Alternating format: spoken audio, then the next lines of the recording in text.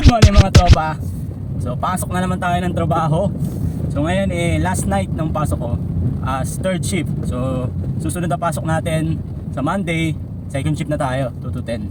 So ngayong araw, nakakotse na naman tayo dahil kukuha tayo ng bigas. So bigayan ng bigas sa kumpanyang pinagtatrabahuan ko. Tapos kung mapapansin nyo, iba yung way natin ngayon, iba yung daan natin ngayon, hindi tayo doon sa bukid. Kasi laging traffic sa Barangay Pulo. So hindi ko alam kung bakit laging traffic na doon, na kahit motor hirap na hirap makadaan. So ngayon naisip ko, try naman natin dumaan dito sa kabila, sa Kalamba. So dadaan tayo dito sa Barangay Banlik, tapos pupunta tayo ng checkpoint, tapos Maya pa. Pero traffic din dito mga tropa. Kaya lang nagbakasakali lang tayo kasi ilang beses ko nang naranasan itong panggabi na sobrang traffic sa Pulo. Talagang walang galawan yung mga sasakyan. So sana cross finger tayo, sana hindi traffic dito. Okay, eto na, babaybayin na natin. Eto na tayo, baybayin na natin. Okay, alright. Sana walang traffic. Malis tayo sa bahay medyo maaga mga tropa, mga 8:40. So nag-alat tayo ng 20 minutes na sobra, para in case na may konting traffic man, di pa rin tayo malilate. Sana konti lang. Ay Diyos ka, wala naman siguro dito sa Pilipinas na hindi traffic, no? Except sa mga probinsya. Probinsya naman itong Laguna, di ba? Kabuyaw. Kaya lang talagang sadyang marami ng sasakyan, di ba? Okay. Tapos may nakaharang pang bako, hindi tayo makadaan. Oh, kami naman, ako naman. Bigayan lang mga tropa, di ba? Yan dapat, bigayan lang. Okay, ito na, the moment of truth. Lagi kasing traffic dito sa Banlik dahil napakaliit lang kalsada, tapos intersection paglabas.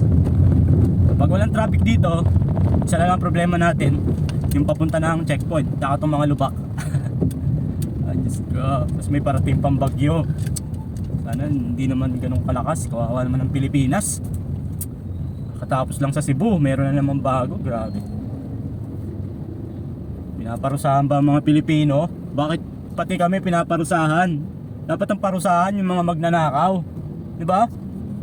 Dapat yung bagyo dun lang sa mga magnanakaw, hindi sa mga tao na tulad namin na maralita. Kami na nga yung ninakawan, kami pa yung babagyuhin.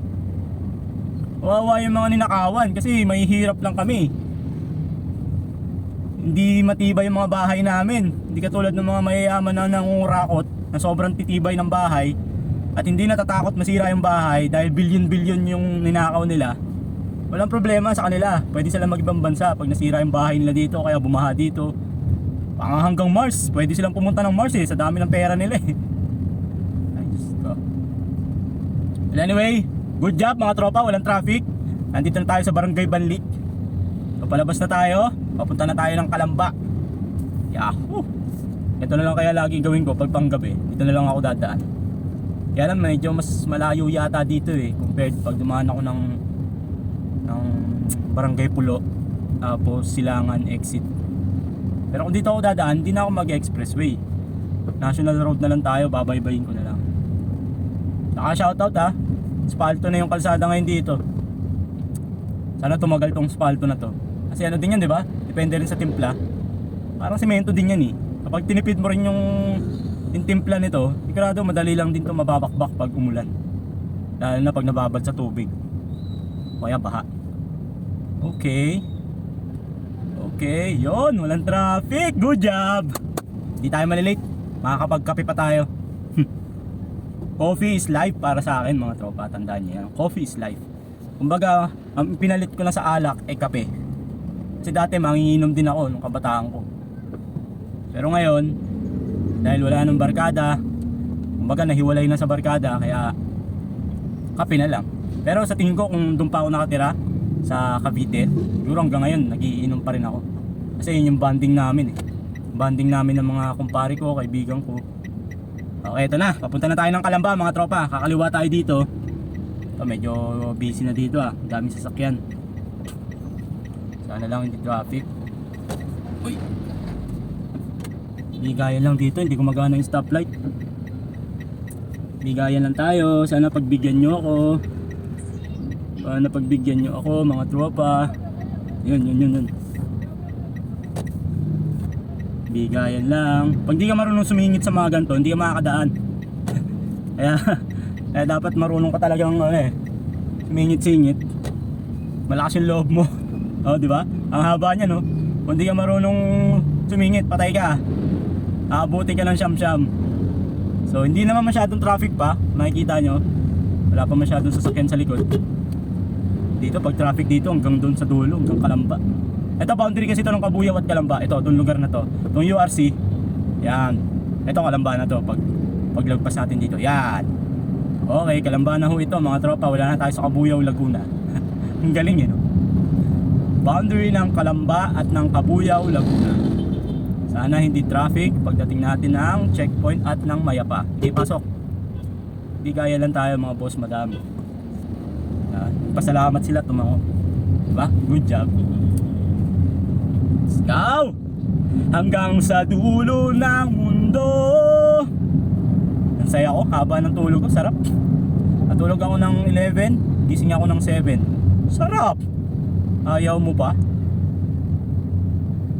7 hours to 8 hours na tulog. The best. O sumenyas pa si Kuyang. Galing. Tricycle driver.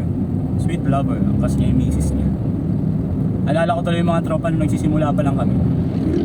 Ang unang-una ko naging sasakyan, mountain bike. Hindi ko yung binili. Yung mountain bike na yon, bigay sa akin ng kumpanya dahil sa mga improvement na ginagawa ko sa kumpanya. Parang binigyan nila ako ng token. So shoutout sa dating kumpanya sa Fort Philippines, located sa Santa Rosa, Laguna. So binigyan nila ako ng ng bike. So yun yung unang-una kong naging sasakyan. Pero wala na ngayon, binenta ko na. Pangalawa, nag-upgrade ako. Nung nagkapamilya na ako, kasi nung lumipat kami dito sa Kabuyaw, ang layo ng sakayan. So bumili ako yung kaya ko lang, sidecar. Bike na may sidecar kasi maliliit na yung anak ko. So yun yung pangalawa ko, with sidecar na bike.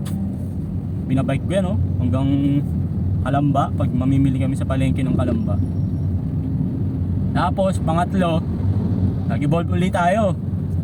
Nagkaroon ako ng motor, Rusi na motor. Nanginayang ako, ba't binenta ko yun, sayang. Yung Rusi na motor na yun, yun yung katuwang ko naman. Sa Ford pa rin ako noon, nagbebenta ako ng tinapay sa umaga kasi nga kapos yung sahod. Nagbebenta ako ng tinapay, so shoutout sa lahat ng customer ko. Karamihan sa customer ko nasa abroad na ngayon.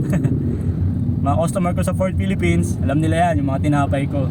Burger, canton with egg, hamin tuna, hamin cheese, hotdog. Yan yung mga palaman ng mga burger natin. 20 pesos lang yun. So after nung Rusi na single, nung nagsara yung kumpanya, dahil wala akong trabaho, pinalagyan ko siya ng sidecar para mag-service ako sa estudyante. So Rusi with sidecar. Diba? So after nun, Rusi with sidecar, next nun, natanggap ako sa Wyatt. So bumili naman ako ng motor pa para kay Mrs. yung Mio. Tapos ng Mio, yung pang sarili ko naman, second hand na ginagamit ko, yung Duke 390. Yan. So after nun, yung Rusi with sidecar binenta ko. Pinalitan ko ng Honda. Tapos with sidecar na stainless, yung maliit lang. So yun yung pinalit ko sa tricycle. So may tricycle pa rin ako, pang hatid sundo sa mga bata, pampunta sa palengke, mga ganun, pang malapitan. Tapos ito yung pinakahuli, isa sa pinakapangarap namin ni Mrs. Sabi ko, by the age of 40, magkakasasakyan ako. And I claim it, yung mga tropa. Posible talaga, basta gusto mo. Posible.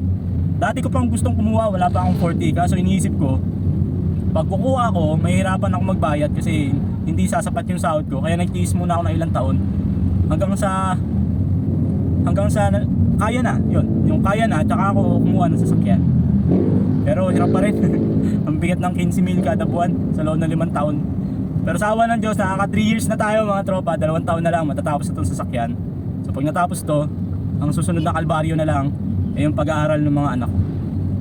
Galing, di ba? So kinukwento ko sa inyo to kasi posible talaga lahat mangyari. Basta gugustuhin nyo lang, pagsisipagan nyo, pagpupursigin nyo, Saka huwag kayong mapapagod sa pangarap nyo. Never kayo mapagod.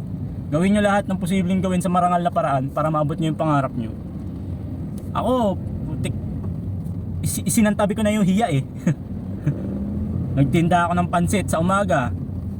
Kinapalan ko yung mukha ko nung paalam ako dun sa bakery. Sabi ko, boss, pwede ba akong magtinda sa umaga? Hanggang ano lang naman, hanggang 9 AM. Pumayag naman, yun. So, pag may bibili ng pandesal, di ba, ang daming customer ng mga pandesal. So, sabay na yung pansit. Yan ang nangyayari. Strategy lang. Strategy, diskarte, tapos kapal na mukha. Kinapalan ko talaga yung mukha ko. Pero, dahil doon, na-realize ko na hindi na uso ang papogi. Hindi na uso yung hiya-hiya kapag pamilyado ka. Kasi kailangan, huwag mo iparana sa mga anak mo yung naranasan mo. Yung hirap na naranasan mo, never mo dapat iparana sa anak mo yun. I-guide mo sila, tuturuan mo sila. At the same time, bibigyan mo sila ng magandang kinabukasan. Ganun dapat mga tropa. Hindi yung papararanas mo din yung naranasan mo para maging matibay sila. Hindi. Para sa akin, mali yun. Bigyan mo sila ng magandang buhay. Pag nagawa mo yun, kasalanan nila. Kung hindi ba magiging maganda yung buhay nila pagtanda nila o paglaki nila, di ba? Kasi ginawa mo na yung part mo eh. Nasa sa kanila na yun. Ba't hindi nila na-meet yung magandang buhay, di ba? Pero hanggat kaya mo, bigay mo yung magandang buhay para sa kanila. Good job mga tropa. Ang dami ko ng kwento. Walang traffic. Except dito, kasi may intersection dito. Maraming subdivision dito eh. Nasa Maya pa na tayo mga tropa. Okay, hindi tayo malilate. Maaga pa tayo. Okay, makakapagkape pa tayo. Lahat ng kinakwento ko sa inyo mga tropa, totoo yun ah. Hindi yan gawa-gawa. Minsan pag naalala ko, naiiyak ako eh.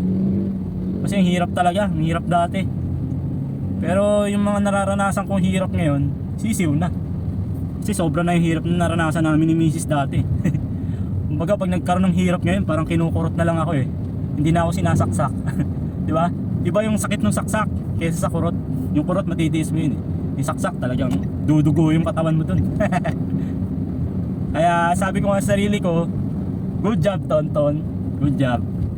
So, the rest is history na lang mga tropa. Kung yung natitirang buhay ko, dapat pag natapos na yung pag-aaral ng anak ko, mag-enjoy naman ako. Gusto ko sana isa ba yung pag-enjoy eh, habang pinag-aaral yung anak, bigay ng magandang buhay sa anak. Kaso, ang hirap. Siyempre kailangan, priority pa rin natin yung pamilya natin. Yun lang. May bayad pala dito. Kano nga yun dito? 10 pesos ba?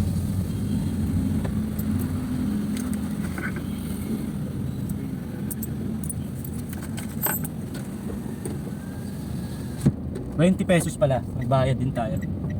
May bayad din pala dito 20.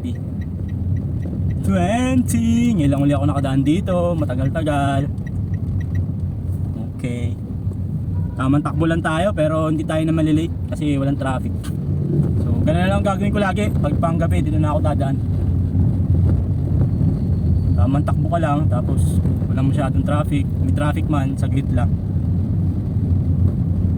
May mall pala dito, iMall. Okay, dami ko na kwento mga tropa no. Mas masarap sana magkwento kung may alak eh. So minsan naisip ko, sabi ko kay Mrs. Mal, sabi ko papaalam ako, pwede bang bisitahin ko yung mga barkada ko sa Cavite. Inuman naman kami para banding naman kami. Yun yung sabi ko sa kanya. Payag naman siya. Kasi naisip ko rin yung layo, yung pasok. Kung halimbawa iinom ako ng Sunday, syempre hanggang ano na yun, hanggang madaling araw. Tapos madaling araw, tapos pasok kinabukasan, ang hirap. Sarap balikan na nakaraan, di ba? Mga masasaya at malulungkot na nakaraan. Pero sabi nila, nakaraan na yun eh, huwag mo nang balikan. Okay, hanggang dito na lang siguro mga tropa yung kwento natin. So maraming salamat sa pagsama. At the same time, success na hindi tayo na traffic compared dun sa Pulo, Barangay Pulo, kung saan sobrang traffic. So hanggang sa susunod mga tropa, salamat sa pagsama sa aking walang kwentang content, walang kwentang kwento. Oh, truck! Ito, ilang problema dito, ang daming lubak. po si Tonton. Peace. Bye.